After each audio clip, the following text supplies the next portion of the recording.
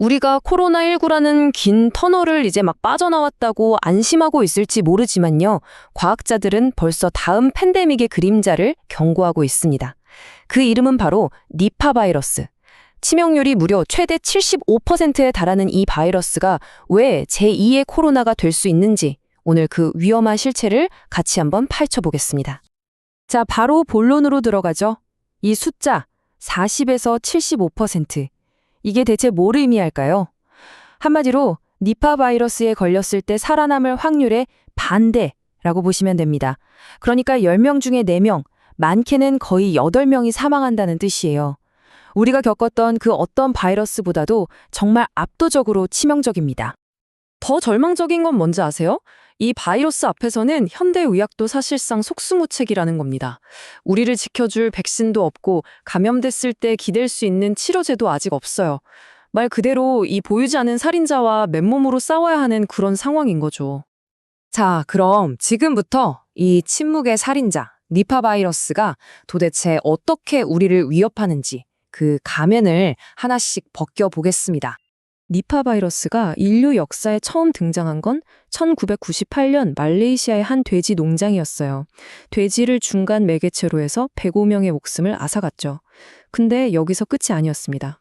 불과 2년 뒤에 이 바이러스는 방글라데시와 인도에서 돼지 없이도 인간을 직접 감염시키는 훨씬 더 교활한 방식으로 진화해서 나타났습니다.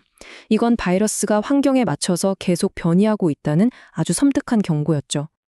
원래 니파 바이러스는요, 과일박쥐 몸속에서 조용히 살던 바이러스였습니다. 그런데 지금은 세계보건기구 WHO가 에볼라랑 같은 등급인 가장 위험한 4등급 병원체로 지정했고요. 미국 CDC는 이걸 생물테러 무기로 쓸 수도 있다고 경고하고 있습니다. 아니, 박쥐 몸에 있던 바이러스가 어떻게 전 세계 안보를 위협하는 존재가 된 걸까요? 감염 초기에는 그냥 감기 몸살처럼 시작돼요. 발열, 두통, 흔한 증상이죠. 하지만 이내 바이러스가 뇌를 직접 공격하기 시작합니다. 끔찍한 두통과 함께 의식이 흐려지다가 단 하루 이틀 만에 혼수 상태에 빠져서 생사를 헤매게 되는 거죠. 기적적으로 살아남는다 해도 그게 끝이 아니에요. 생존자 3명 중 1명은 평생 지워지지 않는 신경학적인 후유증을 안고 살아가야 합니다. 아니, 대체 어떻게 박쥐의 몸속에만 얌전히 있던 바이러스가 인간 세상의 문을 열고 들어온 걸까요? 그 열쇠는요, 바로 인간 스스로가 무너뜨린 자연과의 경계선에 있습니다. 이 복잡해 보이는 그림 한 장이 사실 모든 걸 설명해 줍니다. 왼쪽을 보시면 인간이 숲을 파괴하니까 살 곳을 잃은 박쥐들이 오른쪽의 농장으로 날아오죠. 그리고 과일나무랑 돼지우리가 뒤섞인 바로 이곳에서 바이러스는 동물과 인간을 넘나드는 완벽한 징검다리를 찾게 되는 겁니다. 결국 니파 바이러스의 출현은 자연재해가 아니라 우리가 자초한 인재라고 봐야겠죠. 근데 더 흥미로운 점은 이 바이러스가 인간에게 오는 길이 딱 하나가 아니라는 거예요. 말레이시아에서는 박쥐, 그리고 돼지, 그리고 인간, 이 경로를 탔는데 방글라데시랑 인도에서는 박쥐가 오염시킨 대추야자 수액을 사람이 직접 마시면서 감염됐어요. 이건 결국 우리의 식문화나 생활 방식 같은 어찌 보면 사소한 차이가 팬데믹의 도화선이 될 수 있다는 걸 아주 명확하게 보여주는 겁니다. 자, 이제 니파 바이러스 문제를 단순히 그냥 아픈 병, 공중보건 이슈를 넘어서 국가안보라는 차원에서 한번 들여다보겠습니다. 인도 케랄라 지역의 이 데이터를 좀 보시죠. 2001년부터 거의 매년 니파 바이러스의 망령이 되살아나고 있어요. 특히 2018년에는 치명률이 무려 90%에 육박했습니다. 이건 그냥 과거에 있었던 사건이 아니라 언제든 다시 폭발해서 우리를 덮칠 수 있는 말 그대로 잠자는 화산 같은 위협이라는 걸 의미합니다. 이 문구가 모든 걸 말해주죠. 팬데믹은 단순히 사람들을 아프게 하는 데서 그치지 않고 사회 전체를 마비시키는 아주 강력한 안보 위협입니다. 국경이 막히고 경제가 멈추고 사회가 무너지는 경험. 우리 모두 코로나19를 통해서 이 보이지 않는 위협이 얼마나 파괴적인지 정말 뼈저리게 배웠잖아요. 자, 지금까지 문제의 심각성에 대해선 충분히 이야기한 것 같습니다. 이제부터는 좀 희망을 이야기해볼 시간이에요. 이 거대한 위협에 맞서서 우리가 과연 어떤 방패를 쌓아 올릴 수 있을까요? 그 해법의 핵심은 바로 의료 정보, 즉 메디컬 인텔리전스라는 개념에 있습니다. 이게 뭐냐면요.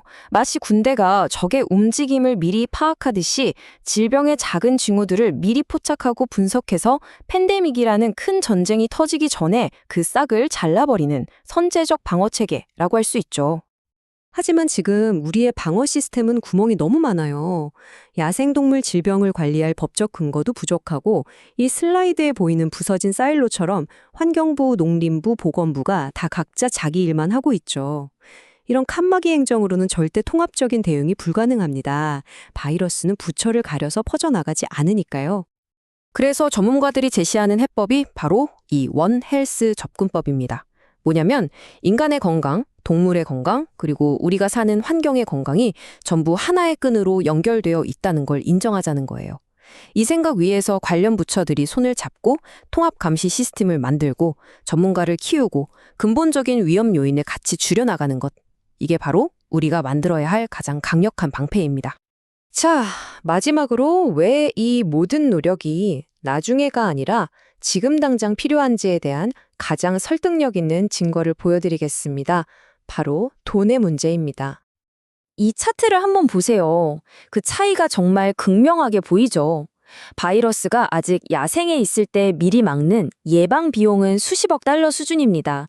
하지만 일단 팬데믹으로 터지고 난 뒤에 대응하는 데 쏟아부어야 하는 돈은 수조 달러, 1000배가 넘는 돈이 필요해요. 어떤 게 더 현명한 투자일까요? 이 질문에 대한 답은 너무나도 명확합니다. 따라서 결론은 이겁니다.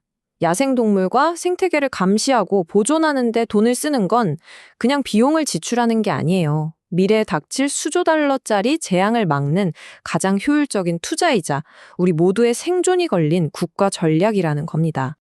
니파 바이러스는 이미 우리 문 앞을 두드리고 있습니다. 이제 질문은 딱 하나 남았습니다. 우리는 또다시 엄청난 대가를 치르고 나서야 소 잃고 외양간에 고칠 건가요?